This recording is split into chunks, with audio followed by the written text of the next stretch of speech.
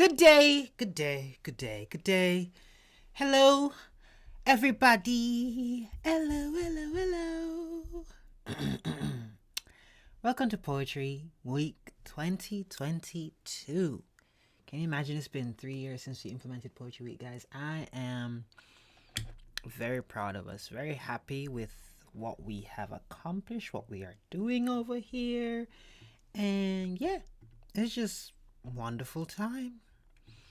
Wonderful time to be in the presence of poetry. It is always a wonderful time to be in the presence of poetry. And this week is gonna be awesome. But before we get into this week, we need to talk about the year we've had. This has been a wonderful year for us here at the Poetic family. Now let me just load up my script. I'm gonna be sticking to script today because I'm not feeling well.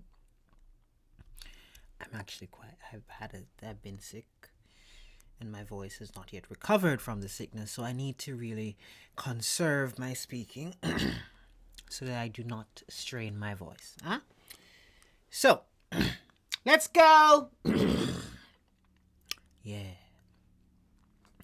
I started the Poetic year afraid that the ambitious vision I had given to our company was too much. I wanted to dedicate the majority of the Poetic year to poems centered in the male experience, poems that would push forth the popular and unpopular themes that surround the male reality. And on top of all these desires, I wanted to bring life lessons. I wanted to bring life lessons with each poem that would hopefully catch the eye of at least one person. To achieve this vision of mine would be, in a word, challenging. How will I ever find the inspiration and willpower to not just write these poems about men and for men, but to convey a moral and acceptable lesson to all audiences? The first doubt which came to my mind was, what do I know of being a man when I am but a boy of only 19 years? Well, I was 18 at the time. The second doubt came in the form of questioning my ability to craft poetry. I had decided the best way to push my vision forward would be through story, and I said to myself, what do I know of narrative poetry? The third doubt came to me in a flash of insecurity where I asked myself simply, will people like the direction I am taking Platt's poetry? Because this year has been drastically different from last year. This year was completely about men. We rarely did poems we did poems directed to women, but it was mostly about men. And would people like that given the climate that surrounds the male gender? Amidst all the doubt and fear which surrounded my vision, I took pen to paper, or more accurately, took fingers to keyboards and wrote a simple poem, Confused Girls. The poem reads, confused girls present themselves as presents from above, but in reality, their presence stems from Lucifer's love. Beautiful like the woman they mimic, but within them live frigid spirits that play to the pitch of their selfishness and eat the souls of boys just wanting their non-existent love. Confused girls will have you crying at 12 a.m. wondering if they love you. Confused girls will give you night terrors about them leaving you.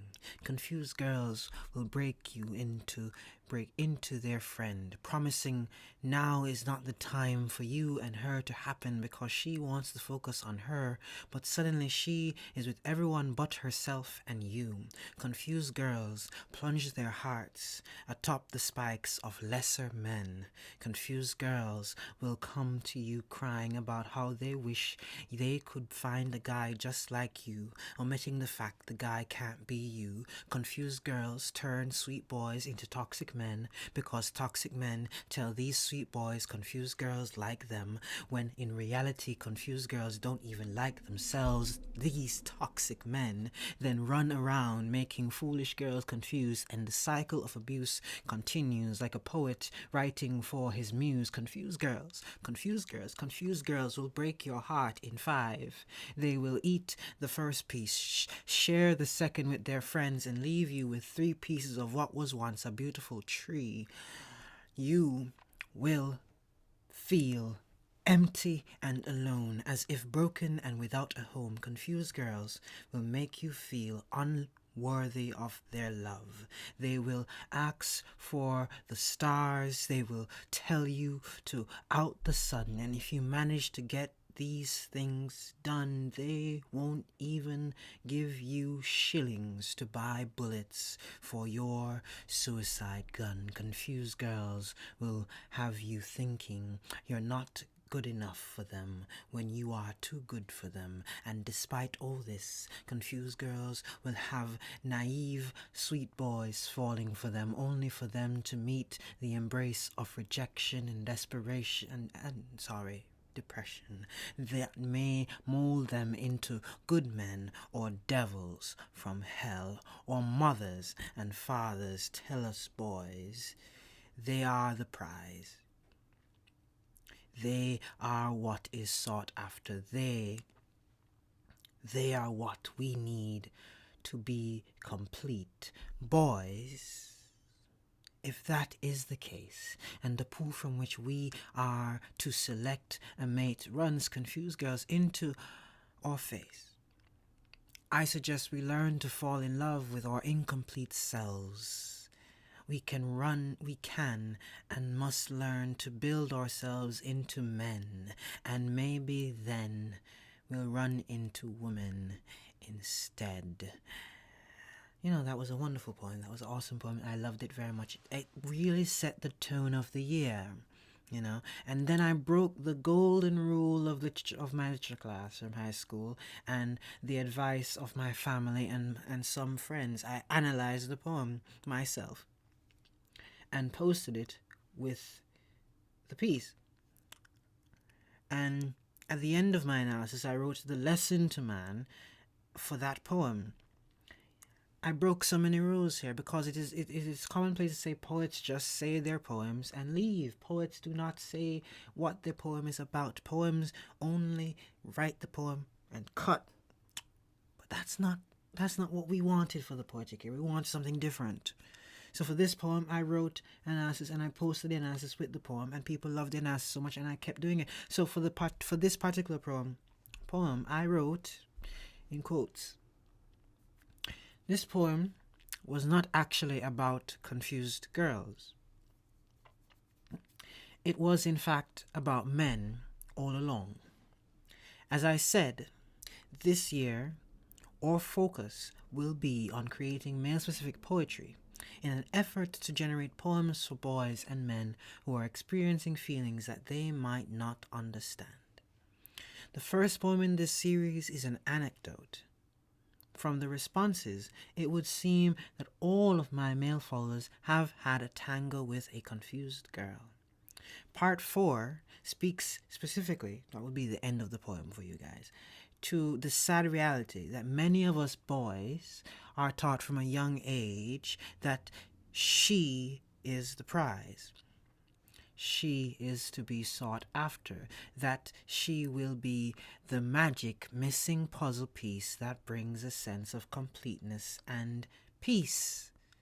It is quite funny, actually, how people argue that women should not be taught that they are a prize, when the joke should also be that men should not be taught that women are the prize.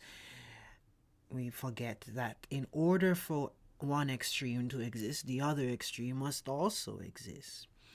And this leads us to the culture of males chasing after females, regardless of how confused or toxic they are, because it has been instilled within us, men and males, that life without a woman, life womanless, is empty. and pointless. And one of the most dangerous things a man will do is fall in love with a confused girl. For that girl will break them and cast calamity on their life unknowingly. We must therefore shift the thought. We must therefore teach our boys that it is okay to be alone and that you do not need a woman or a girl or girls or women to be a man. And that once they build themselves into men, the woman whom shall bring them greater peace or add on to their life will find them simply because they are at peace, being by themselves, being alone. And every week I continue doing this, Mondays and Fridays. And in summer, Monday, Wednesday, and Friday. And I am pleased to say, in spite of my fear that I would not be good enough, that I would not be able to tell good enough stories and bring good enough lessons, in spite of these obvious reasons, my age, my lack of experience, and etc. Not to proceed. I had all these reasons not to proceed, and I continue to proceed, and with the plans outlined by the company, and I did proceed. And because I proceeded, Platt's Poetry is the section of my vision board I am most proud of. And that's a lot. There are lots of sections in my vision board. But Platt's Poetry has had an exceptional year, filled with joy, love, sadness, peace, and beauty. Let us go through our objectives for the year. Our first objective under the 2020 vision board for the company was to increase our Instagram followers to 150. I believe at the time we were at a little over 70. I don't remember exactly. I should have taken a screenshot. We don't remember, it's always important to remember where you're coming from. But the goal for the year was 150. I am proud to say that through hard work against the ever-changing algorithm and a bit of socializing, oh dear, you guys know how much I don't like to leave my house. We have had immense growth, and we have made it to 421 followers, which is 217 more Platts than I had asked for, and I am beyond happy and pleased at this exceptional growth. I've said exceptional so many times now. I thank each and every one of you exceptional people, exceptional Platts now, because once you follow us here, you will become a Platt. I thank you for coming and liking and sharing and commenting and just being here, because you bring me great joy to see your numbers. The next objective for the Poetic year was 5 poetry challenges and 2 contests. We ended up doing 6 poetry challenges and 1 contest. All poetry challenges went off exceptionally, with outstanding engagements in terms of likes, comments, and sharing. The lessons brought through control the narrative throughout the year via stories of the hopeless romantic, the king and queen, saints with sins, houses, guardians, saddened anger, a mind's grief, and the elements of life and death were unique and impactful to all audiences.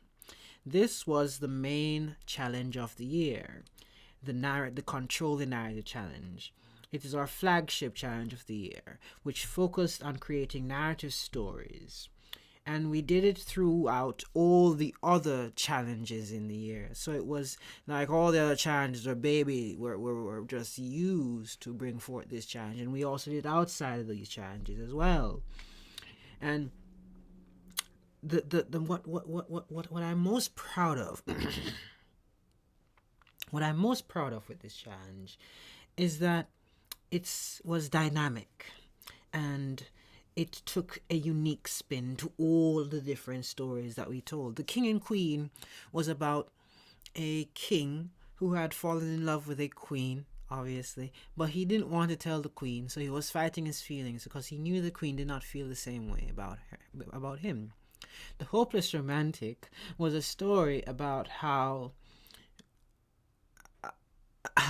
in the end the hopeless romantic will fall over and over and over again, regardless of how many times his bones have broken, just so that he may one day find the woman of his dreams. The hopeless romantic will do this again and again till the day of their death, and they don't really care which comes first, the love or they don't really care. It just matters one must come first, love or death, and they never die, so they always find love. Well, hopefully anyways, because I'm a hopeless romantic. Or Devious Device Challenge expanded on our use of poetic techniques, leading to the discovery of the tanka, a poetic form I was not aware of until this year, where you are restricted in writing a poem in 31 syllables and 5 lines with a specific syllable count of 4, 7, 5, 7, 7 respectively, starting from the first line. I found it to be a fun experience, but having forgot how to count syllables properly, they taught us how to do it in basic school by holding the underside of your jaw and saying the word. For example, love only involved me moving my jaw once, so love would have one syllable. Or the word education, I would move my jaw education. I'd move my jaw 3 times, and that would mean this has 3 syllables. But I don't really know how accurate that little tidbit is, and I don't remember how to count syllables otherwise. So guess what I did? I went on to use Google methods to say how many syllables. So it must have been a great challenge for gentlemen to write these types of poems for the woman they loved before the internet, and perhaps that is why they loved them so much. It required such effort and detail to count syllables. Or maybe I just need to learn how to count syllables without a computer. The next challenge, Promptly Inspired, was the first challenge of the year, where I had asked the followers of Platt's Poetry to give me prompts to include in poems. This was a fun experiment, as I would never be able to tell which prompts I'd be given for the 6 poems I had to write. The randomness of it all made me excited. But the first prompt which came to me was indeed embracing the term challenge. The long-awaited first kiss I surely wrote.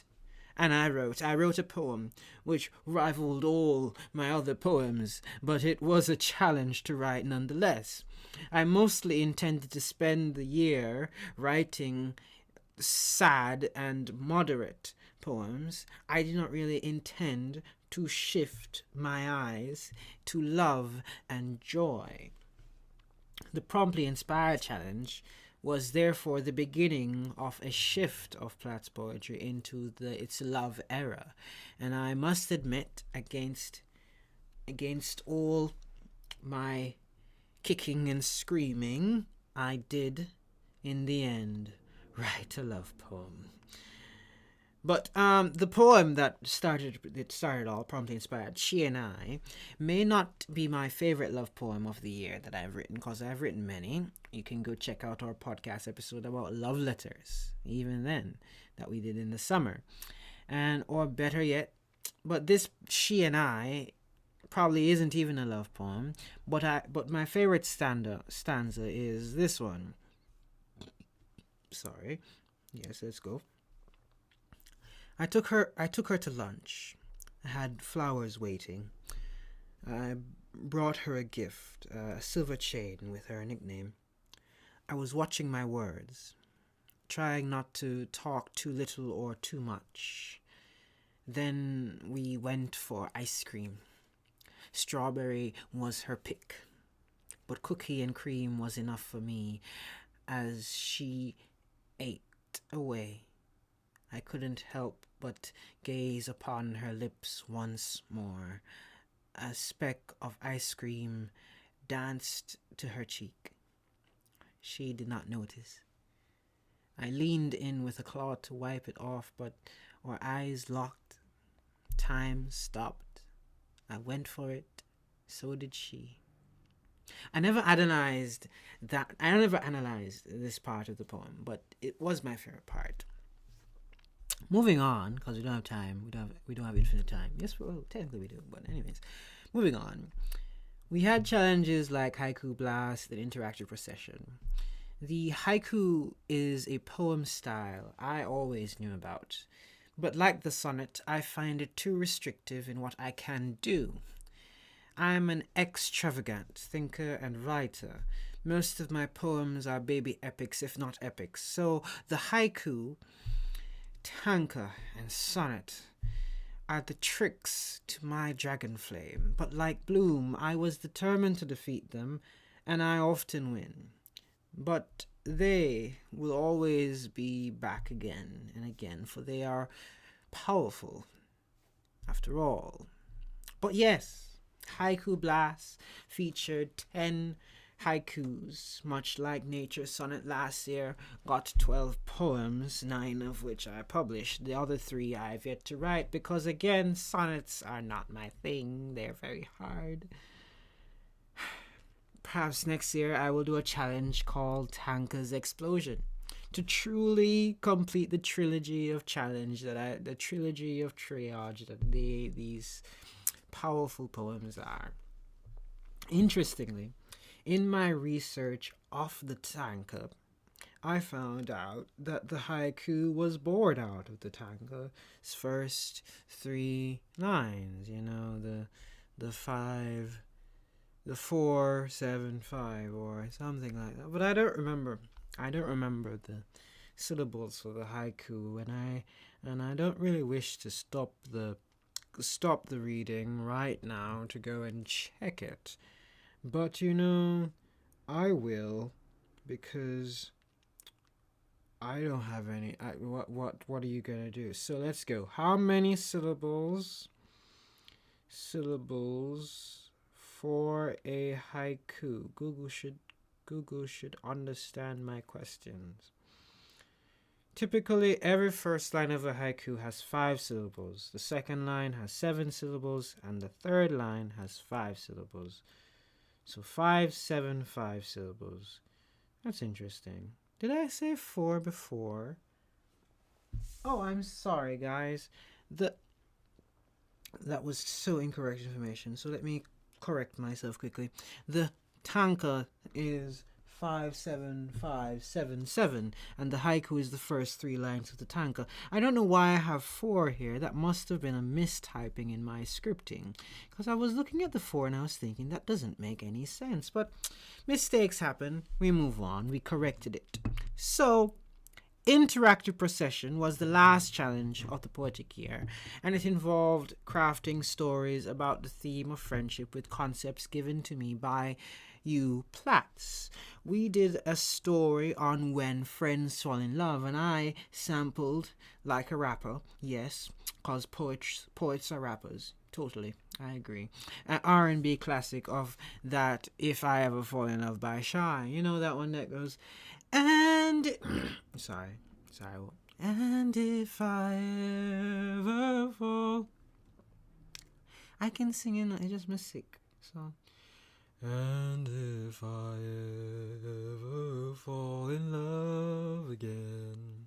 Maybe one day I'll sing that song for you guys properly. But it says, if I ever fall in love again, I'll make sure the lady is my friend. And I love that song. I sing it a lot. It's awesome. And we also did a story about friends who fall out with each other and one of them don't want it to end. So he tries, or they, or he, or she tries to fight for the relationship to continue, blah, blah, blah, blah, blah, blah, blah. It was cool. interactive procession was cool. I loved it. It was crazy. It was fun. It was interactive. Now, it was meant to drive up interaction. I mean, now, my favorite challenge of the year, mythical creatures in October. Now, the reason I love this challenge so much is that it was a last minute challenge of the year's schedule, and it only exists because of a girl. And most times when people tell me, why do you love something, I love things when they have a story behind them. So my favorite songs have stories behind them. Like my favorite song off of Shensia's new album that she released this year, Alpha. I think it was released this year. It's been a long year, guys. My favorite song is Can't Anymore. And the reason I love it so much is because a girl I like was dancing to it. And then there is math. People are like, why do you love math so much? I love math because my mother taught me that math is a powerful tool in science. And that's why I love math and science so much, because my mother taught me that these things are powerful together, and that you can learn a lot from them.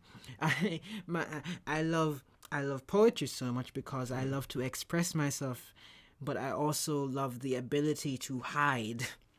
Hide. So that is the reasons I love things is not really ever at the face value, but mythical creatures has a story behind it. So let's get into little story time. Let me get into little story time things. Yeah. So ready open up. Early in September, I had tweeted how I wish I could see more black cosplay on my feed, because Twitter, I love Twitter. So Twitter saw everything. I have my Twitter account mixes news, politics, math, science, poetry, and cosplay. Now, I don't really watch all the things that are being cosplayed, but I do appreciate the cosplays. Okay, so and most cosplays I was seeing were done by but I wasn't seeing much black cosplay, huh? And then Halloween was approaching up, and people were doing all these cosplay of Shigo, and I was like, I'd be nice to see a black Shigo, and I did, and I was like, I want to see more of black cosplay art and stuff. So I tweeted that I wanted to see more, and my mutual said I had he said that I wasn't using the search bar correctly. Now, to be fair, learning how to use Twitter is a very hard thing, but once you learn, you're good for life. And to be fair, I still don't know how to use the Twitter search bar, without typing in specific words. Now, whenever I typed in black cosplay, my results were how do I put this? How do I explain this in a way that doesn't get me demonetized? So, all right, let me. All right. So whenever I typed in black cosplay, the content that came up would be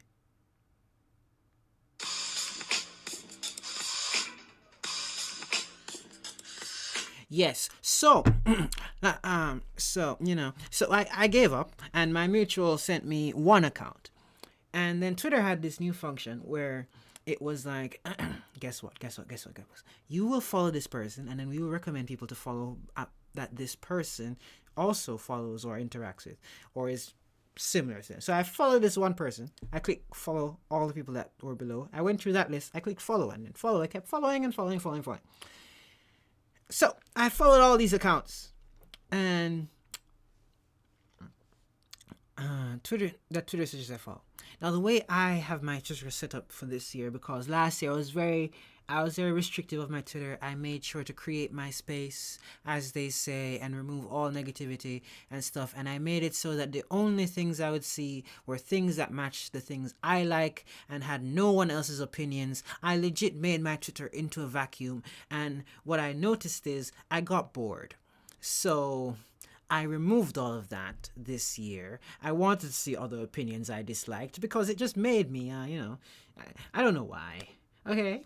But, yeah. So, One year I was a vacuum, only things I like. This year, everything goes. So the way I got my Twitter set up is everything that everybody that I follow likes and retweets jumps onto my timeline. You can turn that off. I had it turned off, and I only saw the things that the people I followed tweeted. And even then, I had words muted, so I only saw limited things that they tweeted. Huh? So I turned it off, and I just and I went about my business every day as I do, scrolling through my timeline and following cosplayers as they popped up, because these cosplay accounts that I just followed would be liking other cosplay accounts. And cascading effect. One Sunday night around the end of September, she popped up. Now, so the story get nice now. Now, Shorty was dressed in a short teal skirt and a tight tank top, and she captioned the post talking about how if she could be a part of my world. Little did I know she was cosplaying The Little Mermaid. Little did I know she was a cosplayer, and it was because a cosplayer liked her cosplay that she ended up on my timeline. You see the beauty of changing up your settings and not living in a vacuum, you guys. Now, me never know say she was a cosplayer. Me never know say she was kind of big. She's a very big deal. I didn't know these things, and it was late at night. I was feeling confident. I quoted her post saying, ready for this, guys, ready for it? Could you be my world? Yes, very corny. I admit, could you be my world is not the best pickup line, but I went with it. A little flirty never hurt nobody. Then she retweets. Now, on Twitter, you will see me write poems based on random pictures from any woman that just happens to be on the timeline, right? Now, or, just to compliment them or something, because they always, men are always complimenting you by saying beautiful, and they never write any poems, blah, blah, blah, blah, blah. But the thing is, whenever I write poems, no women don't realize. They don't even notice. They don't even retweet. So, guess what she does? She retweets. I'm there like, what? She retweeted. I'm always reading these tweets where how women shoot their shot in the most non-obvious way possible. So I thought she was shooting her shot. So I go to her profile and, Platt, oh dear. Her pinned tweet. Drop dead gorgeous. This woman, she was drop dead gorgeous. I don't like the color orange very much, and she makes it look so good. I don't even know if it's orange, but it looks orange. She's wearing an orange dress, and her skin it's just so beautiful. She's so beautiful, guys. So I quote tweet again. This drop dead gorgeous woman. No, this woman is so fine. Let me scroll through her TikTok, cause she had a TikTok. TikTok was the first thing I could find for her, huh? And I did go over to TikTok, and I did scroll, and I did like things without shame. And, yeah. I was amazed. Sis was giving beauty queen in all her outfits and her cosplays. I figured out that she was a cosplayer after I saw her dressed in a costume and was wondering why. And then I read, it's like right there. I'm not good at reading. Anyway, I decided, under the influence of the night, stunned by her beauty, to shoot my shot. Now, Platt. You know the rules. You know how we roll. You know what we do here. We only shoot shots at poetry.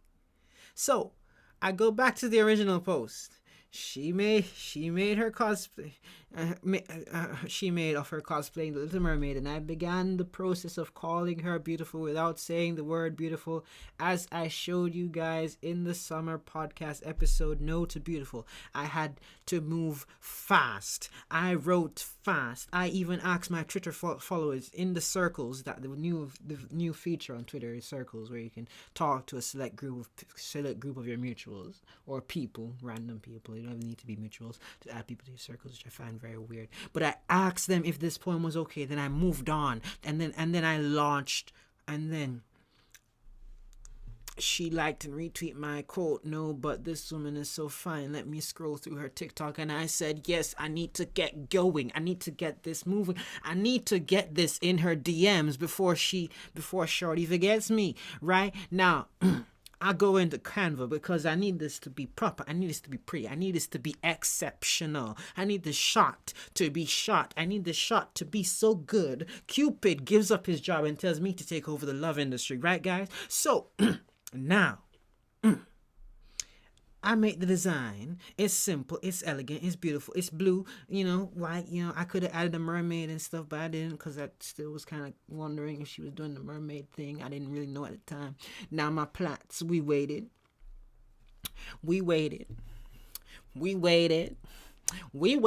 She was asleep. Yeah, but I don't know if she was asleep. Because I went over to her IG and she was and it was green tick saying active, but anyway, she was not active on Twitter.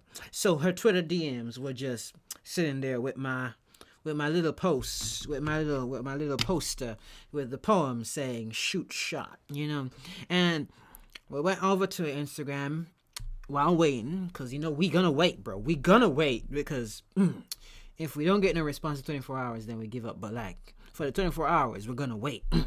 Now, went over to her Instagram. In the meantime, we just watching her stories, and one person asked her if they could take her out because everybody was flirting with this girl. I was like, damn, I'm gonna lose. One of them is gonna get it accepted before me, And then she says. She said she's not dating right now. My brothers and sisters, my Platts. When I say my heart dropped, bros, my heart dropped. Now, if I had known this, I would not have just spent 2 hours writing her poem, design poetry, poster, and then sending it to her, and to only get told no. What did that just setting myself up for embarrassment, my dear brothers and sisters? So. What's done is done. Morning comes, we still waiting for her response because you know what? We're gonna wait. What if I'm the exception? What if I just wow her out of the park and she's like, okay, all right, let's do this. So evening comes, and there's finally a response. Now Platts, my dear friends. I too wish that one day I will tell you a story about how these poems captured a woman's heart in such a way that the shot was successful, and I, in 3 to 4 or 2 years, will have a wife called Mrs. Platt. But this is not that story. Maybe next year who knows? Maybe I don't know. We're always looking. But she said. I don't know how she sounds awesome, girl. Guys, her voice is just as beautiful as her. Jesus Christ. Oh, gosh. Anyways, she said, first of all, this was cute ASF. You know what I mean? And I love poetry. In caps, guys, which means she was yelling. So, she's yelling, and she said it was the best shot she'd seen. So overall, guess what? I see that as a W, and that's still a W. Guys, it was a W. It was a W moment. She's a W, and then W. Her name, guys, I asked her if I can include her name. Her name is Jenna Marie. You can find her on Twitter. I don't know. I'll probably link if I don't link it in the description. Her Twitter because you gotta support your creators is at Jen _Rosie ROSSYION Rosian. So that is her, and her Instagram.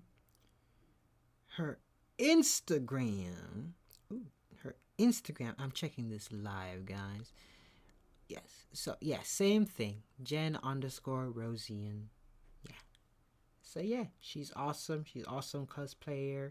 I do recommend for all the anime fans. And she also does poetry because she has a poetry book called poetry book called, I have a copy right here, Silent Rivers. She's my friend now, guys. But yes, back to the meat of the matter. Back to Mythtober.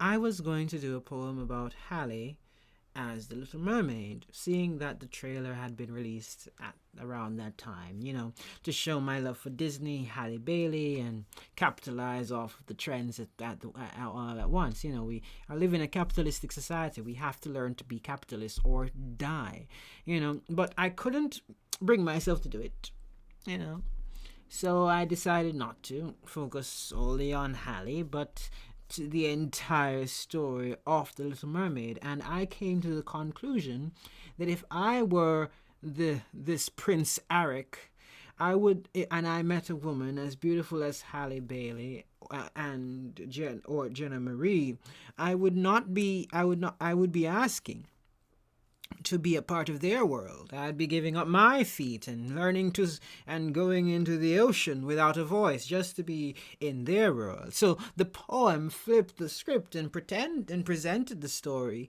like that instead.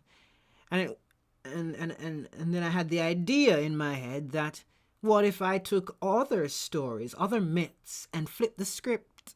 And it was all thanks to following cosplayers on Twitter and being suggested a post by a woman with short red hair locked in the front, a tight tank top, and a short teal skirt, asking if she could be a part of my world. And from her, I did, and after I did the poem. That poem about Little Mermaid, I did poems about Cupid, Cinderella, King Arthur. King Arthur was the first intentional epic poem I ever wrote. Long, but it was about writing. Then The King of Hearts and A Dragon's Tale, which is a story I made up myself. So, big up Jenna Marie, one of the best cosplayers here and under the sea. Get what I did there? Under the sea, under the sea. Anyway, the poem I sent her went like this. Scrolling down Twitter and I see this girl dressed in a short teal skirt and a tight tank top, asking if she could be part of my world.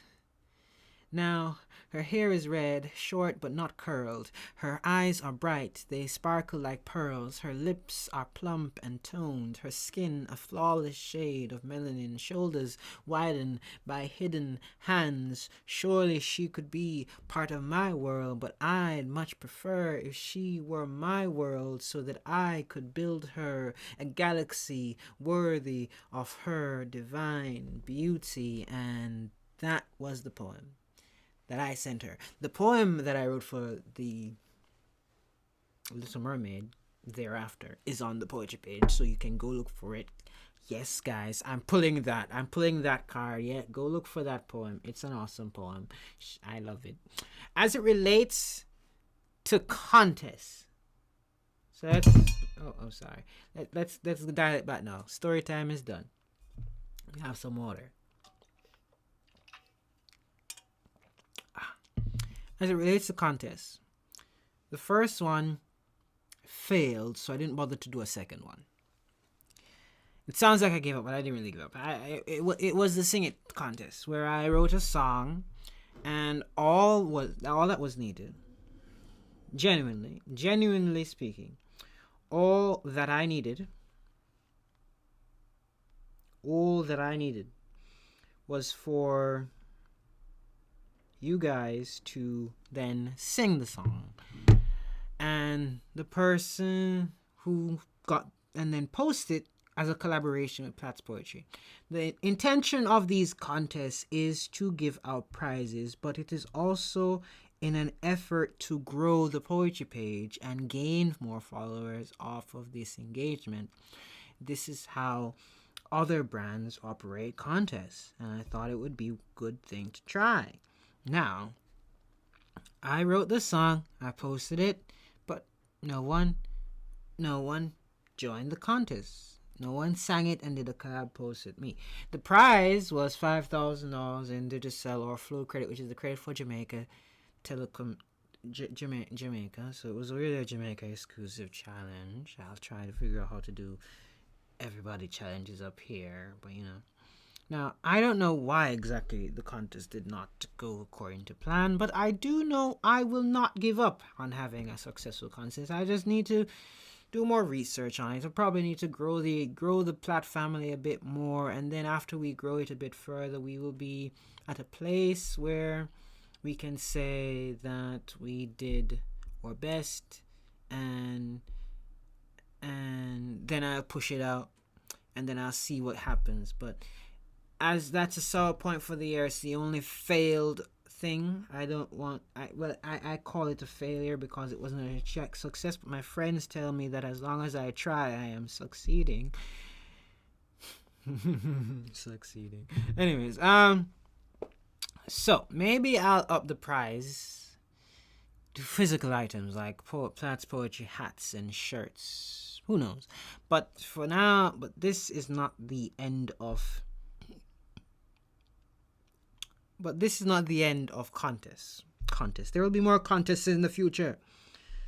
Even contests, just not contests for me to grow or anything. I just want to give away stuff.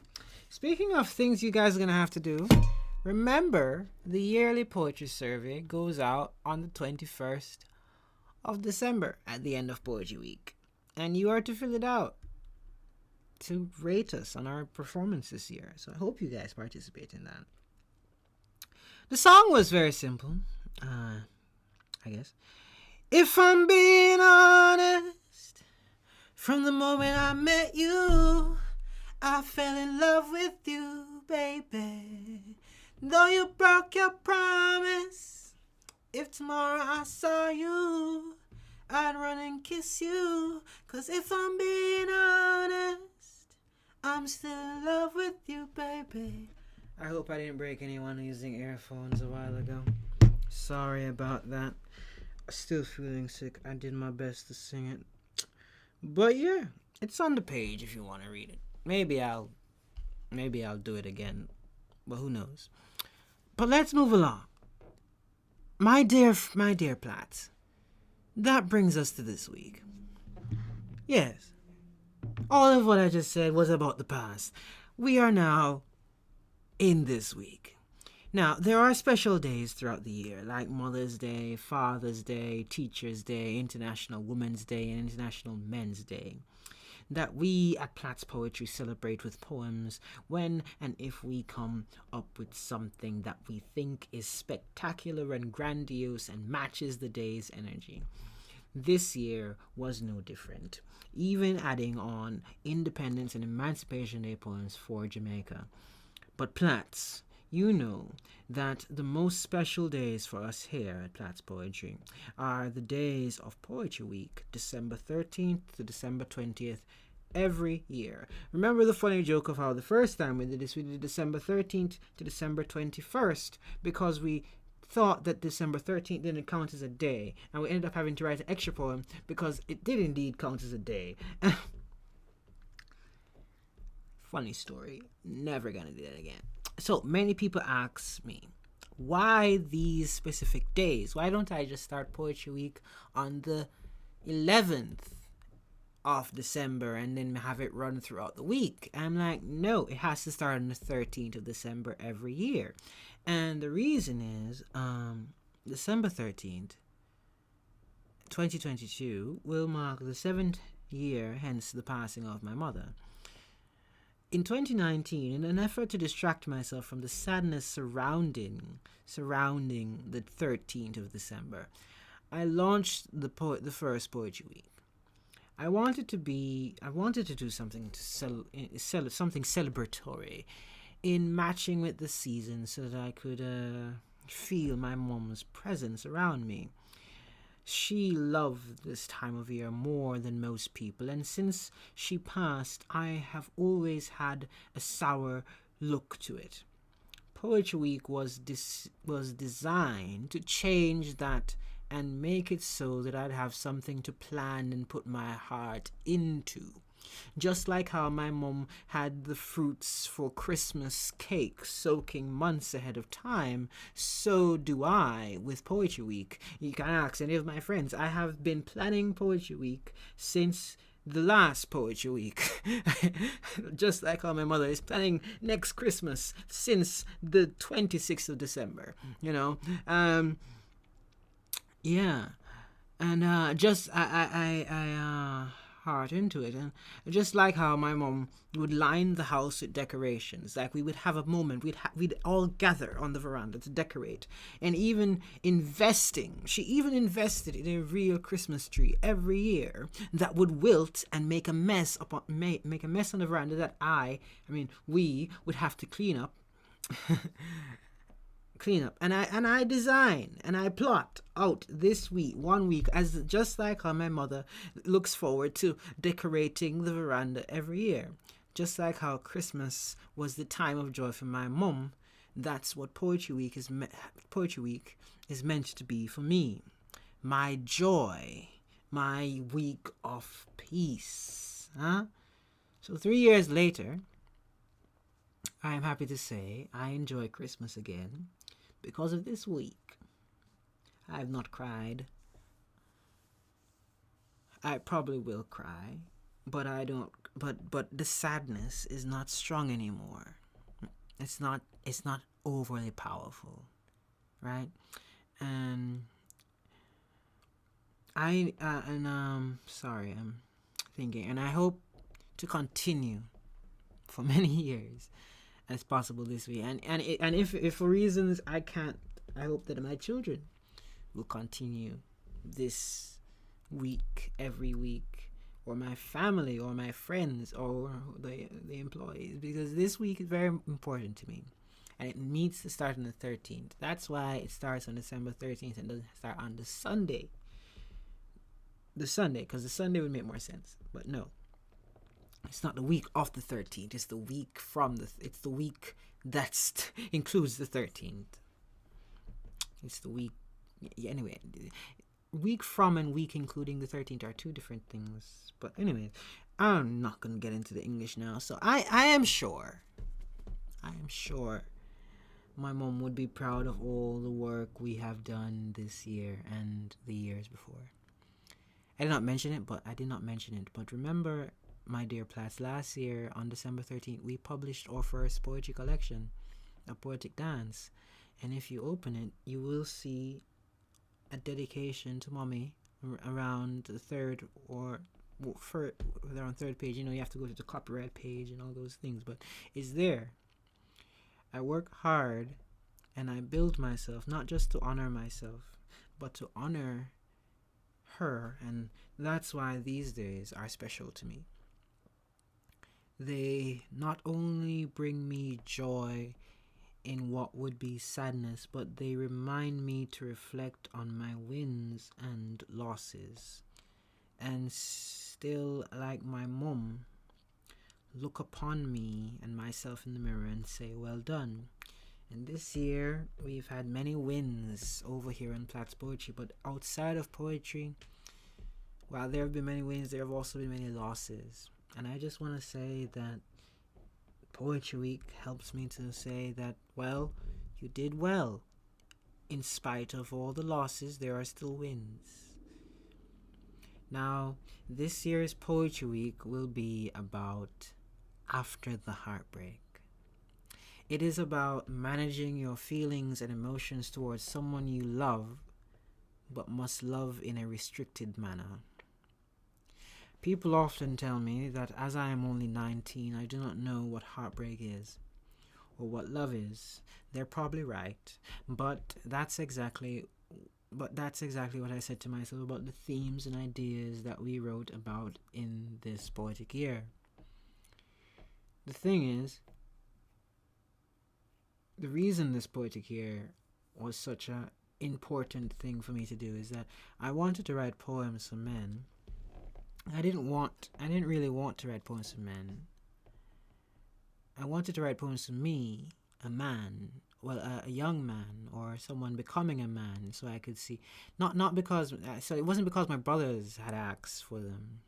because my bros asked them, or I had girlfriends who asked them. Rather, I needed them. I needed the poems. So I grew tired of typing into YouTube the word anxiety and only finding poems written for women, or the word love and seeing pretty much the same. I will always love Sarah Kay's The Type. It is my favorite poem of hers. She is my favorite poet of the modern age. But I will always love my rendition of it, that says, if you are the type of man women want to love, let them love you. Where I say in this poem, do not kid yourself. Let me find. I'm not going to read the entire poem because we don't have time for that. But guys, trust me, we really do not have time for that. These episodes are supposed to be an hour long, and I am already at 55 minutes, and we're not done. So in Sarah Kay's poem, The Type, she had something about heartbreaking, and I wrote in my version of her poem, man, if you are the type women want to love, you can let them love you. Being loved is not the same thing as loving. When you fall in love, it is prancing through space. After years of dancing on the jet skies, it is realizing you have feet. It is running towards the sun even when all else is done and life is waiting with her guns and you're and to end your fun. Life will shoot you down. You will crash and break everything. Your legs will crack on the ground. Do not waste time wondering if you are the type of man woman will hurt. To love a woman is to risk being hurt with an honest smile. And if your heart starts to scream, your mind can learn to sing along. It is hard to stop loving space, even after it has suffocated you with its dead embrace. Forgive yourself for being this way. I love that because it speaks to how men fall in love, and it speaks to how when a man hearts break, it too screams and it too becomes and then it feels like you're suffocating in space. So I grew tired of having a specific feeling that not even fellow male poets could, poets captured or published. And so I decided that this year I would write the poems I wanted to hear for myself. And this Poetry Week, the reason I said after the heartbreak is because I had to break my heart myself this year for the second time. And the first time, I didn't have poems to fall back on, to listen to get me through it. And so I decided to write these poems this year. And in case, and I mean hopefully this does not happen, in case I have to go and break my own heart for a third time, I will have these poems to come back to soak myself in. So I wrote these poems. I wish I had them while going through the pain of having to break my hand and being left wondering what to do next. So Platts, crying a bit over here. Enjoy Poetry Week just as much as you enjoyed the Poetic Year. We'll be back Friday the 16th to discuss the book A Poetic Dance, and again on the 20th to say goodbye and relay the final lesson of Poetry Week, which is all about vulnerability. Remember to follow us on Instagram at platt.s_poetry. Remember to subscribe to our YouTube channel. Let me go again. Remember to follow us on Instagram at platt.s_poetry. Remember to subscribe to our YouTube channel and podcast services, Platt's Poetry on everything. Remember, if you want some spice in your life, follow us over on Twitter at Platt_13. And finally, Platts, after you have liked and shared, remember that you are perfectly lovable, amazingly talented, and tough. Love you. Love you, love you, love you, love you, love you, love you, love you all so much. And see you on Friday. Ooh, 59 minutes. Ooh, that's good. That's good. That's good. That's good. That's good. All right. All right. I'm just gonna keep singing till we reach 1 hour. 1 hour. 4 seconds. 7 seconds. 3 seconds. 2 seconds. Bye.